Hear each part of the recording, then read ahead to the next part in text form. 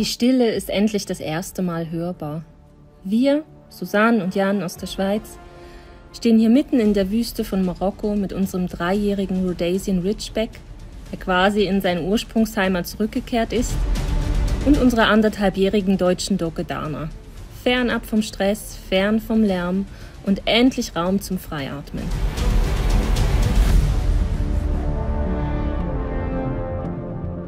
In Europa sind wir im Hamsterrad gefangen. Wir beide arbeiten in unserer eigenen kleinen Marketingfirma. Alles soll schneller, weiter, mehr sein. Aber nie ist es genug. Die Wirtschaftsaussichten, die sehen derzeit eher düster aus. Die schwankende Wirtschaft, der wachsende Druck, der Stress rund um die Uhr. Keine Zeit mehr für sich selbst, für das eigene Leben, für die persönliche Entfaltung. Irgendwann wollten wir mehr als das. Das Leben genießen, unser Leben. Neue Leute kennenlernen, andere Kulturen erleben, offener für Neues werden und einfach ausprobieren.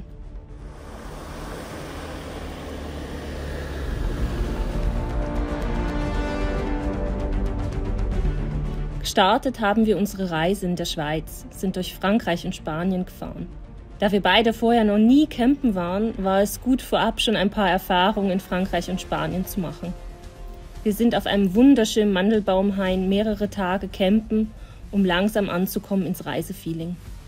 Das Schlafen im Hubdachzelt ist erstaunlich bequem und unsere 2 Hunde haben sich schnell an das Schlafen im Auto gewöhnt und finden es toll, dass wir alle so nah beieinander sind. Natürlich bewachen sie das ganze Gebiet und melden jeden, der da nicht hingehört, auch wenn es die Besitzerin selbst ist. Dann die erste Unannehmlichkeit gegen 3 Uhr nachts. Das Dach unseres tollen Defenders am Dachfenster ist undicht. Fertig mit Schlafen. Die Erfahrung mit Außen-WC und Campingdusche konnten wir hautnah erleben. Hat uns trotzdem nicht abgeschreckt. Mit Herzklopfen und viel zu früh stehen wir am Hafen von Algeciras, um nach Tangamed überzusetzen. Das Erste, was uns beiden auffällt, die Sauberkeit in Tanga. Die erste Station ist ein tolles kleines Häuschen mit Blick auf das Meer. Nach nur 1,5 Stunden Fahrt mit der Fähre und das Leben ist anders. Wir werden freundlich und offen mit einem Lächeln begrüßt und fühlen uns willkommen in Marokko. Spontan entscheiden wir uns, erstmal den Osten Marokkos zu entdecken.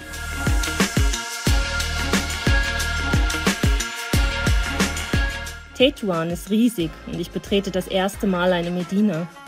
Es gibt alles an Gerüchen. Fisch, Fleisch, Gewürze.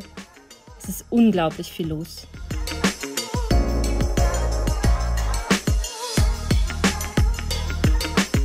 Chefchaouen, die blaue Stadt, liegt dabei auch auf unserer Route. Die Fahrt durch den Osten Marokkos lohnt sich. Die Natur ist beeindruckend.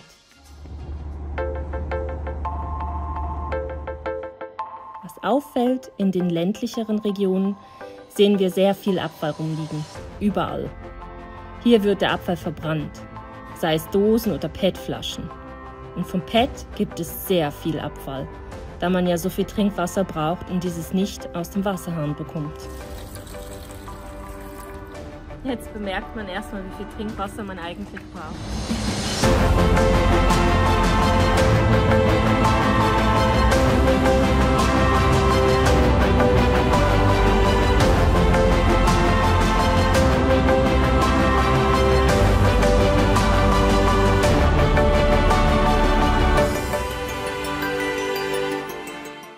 Wir sind alle Arten von Straßen in Marokko gefahren. Gerade ganz frisch geteert, aber auch genauso viele mit riesigen Schlaglöchern, denen man lernt auszuweichen. Das Fahren in der Stadt ist sehr anspruchsvoll. Mindestens 3 Spuren, Motorräder, die plötzlich neben oder vor dir auftauchen. Hupen gehört zur allgemeinen Kommunikation im Straßenverkehr einfach dazu. Und die Spuren werden fließend gefahren.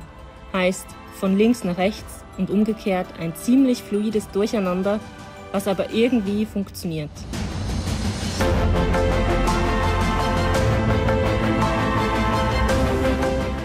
Das Fahren in der Nacht würde ich nicht unbedingt außerhalb der Städte empfehlen. Viele fahren ohne Licht. Die Fahrradfahrer, die Motorräder und auch Autos. Die Leute überqueren die Straße und die Schlaglöcher sind schwierig zu erkennen.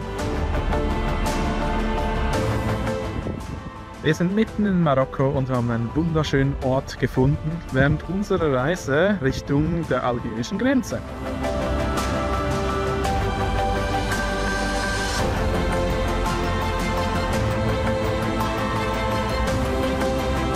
Es ist nicht so, als hätte sich viel in der Firma geändert. Die Kunden zahlen immer noch zu spät, die Diskussionen ums Budget etc. zerren immer noch an unsere Nerven. So schön der Ort auch ist, wir werden nicht davor bewahrt, Mahnungen an unsere Kundschaft zu schreiben, wenn sie ihre Rechnungen nicht rechtzeitig bezahlen. Aber wir sind kreativer als je zuvor, zufriedener, weniger gestresst. Wir haben mehr Zeit für uns und unsere Hunde. Wir lieben es, immer wieder Neues zu entdecken und uns dabei rund um die Uhr dabei zu haben. Marokko ist unser erster Schritt in die Freiheit, unsere Flucht vom kultivierten europäischen Stress rein ins Abenteuer Afrika. Und wir laden euch ein, uns dabei zu begleiten.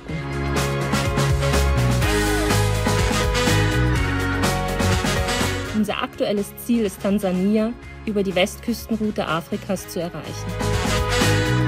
Unser Plan ist immer fluide, flexibel anpassbar und wird von Tag zu Tag neu entschieden. Wie lange wir wo bleiben, wird vor Ort entschieden. An diese Art zu reisen haben wir uns schnell gewöhnt. Der Osten Marokkos ist wenig touristisch und wir haben hier genau die Ruhe gefunden, die wir gesucht haben. Das wird sich im Verlauf der Reise sicher in den Süden noch etwas ändern. Wenn ihr weiterhin dabei sein möchtet, unterstützt uns mit einem Abo und lasst uns ein Like da.